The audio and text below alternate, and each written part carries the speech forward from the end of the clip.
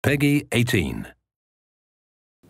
Welcome to this episode of Resident Evil Recollections. This time we reflect, or rather revisit, Raid Mode for Revelations 2. By now you should have finished the gauntlet stages at least once, as I have with Barry, so now it's time to either farm rare guns or re-roll with another character. I've decided that I'm going to run with Gina Foley. You may remember her from my last video, and here's a link if you haven't seen it. Boop!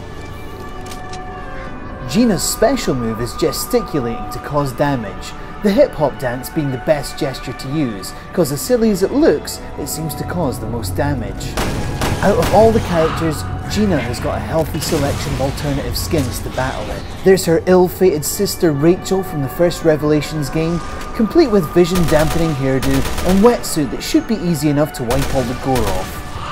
It's nice envisioning a game where Rachel went on to have a successful career in bioterror extermination and not, well, spoilers, you guys must have played Revelations 1 by now, right? You know what happens. Speaking of Revelations 1, another skin for Gina is Jessica's officer outfit from that game. I've been dying for Jessica to make a comeback to the series, so in the meantime, this'll have to do. Best of all, I suppose, is that both of these skins get to use the gesticulation attack. Slays me every time.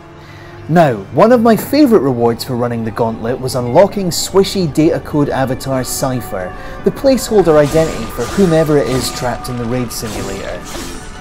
Cypher has to rely on their sword skill until they reach level 8, which you'd think would be a bit of a grind, but once you learn to judge the speed of the swings, you can cut through most opponents with ease. If you've got the skills, of course. As good as Cypher is, the real joy in using this faceless wonder is they get to have alt skins, namely Lottie the Bear. Now, growing up as a kid that was teased for having big ears, I completely appreciate that sometimes our furry friend is a bit obstructive when it comes to viewing the battlefield, but then that just adds to the charm. Kitted out with Cypher's sword, Lottie can rampage her way Kill Bill style through the enemies in a glorious, delirious frenzy. So there you have it, a quick look at Raid Mode and how it stands at the moment. I'm going to continue working on my Gina and Cypher. Well, I say Cypher, I'm never going to give up Lottie.